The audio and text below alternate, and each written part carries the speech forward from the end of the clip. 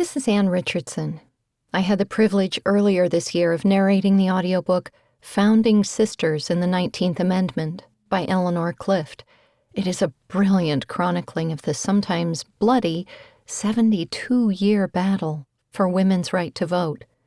The story began with the Seneca Falls Convention in upstate New York in 1849 and ended with the triumphant adoption of the amendment on August 26, 1920. Which resulted in the single largest extension of democratic voting rights in American history. That gives me goosebumps. My God, I admire these strong, brave women. The women suffragist leaders worked exhausting campaigns, crisscrossing the United States on drafty trains, picketing, and suffering beatings, inclement weather, and empty promises by politicians. Surprise, surprise. Some, like Alice Paul, were imprisoned in a mental institution and forcibly fed.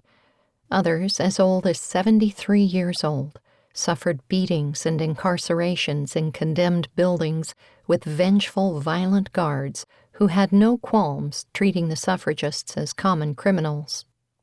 At one point, after the women had refused food for 3 days, the prison officials tried to tempt them with fried chicken and salad. 4-star cuisine compared to the usual prison fare. A note was passed among the women that said, "I think this riotous feast which has just passed our doors is the last effort of the institution to dislodge all of us who can be dislodged. They think there's nothing in our souls above fried chicken."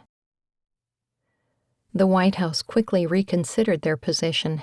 They obviously couldn't let the women starve to death, and they weren't likely to break the women's will and determination. It was time to concede defeat. The administration ordered all suffrage prisoners released. On May 21, 1919, the Republican-controlled House of Representatives passed the Susan B. Anthony Amendment, 304 to 89. It was ratified in August 1920. It says, "The right of citizens of the United States to vote shall not be denied or abridged by the United States or by any state on account of sex. Congress shall have the power to enforce this article by appropriate legislation."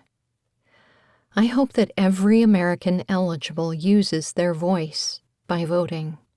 I especially hope all women remember the sacrifice and the 72-year-long fight it took to give us this right. Vote, vote, vote.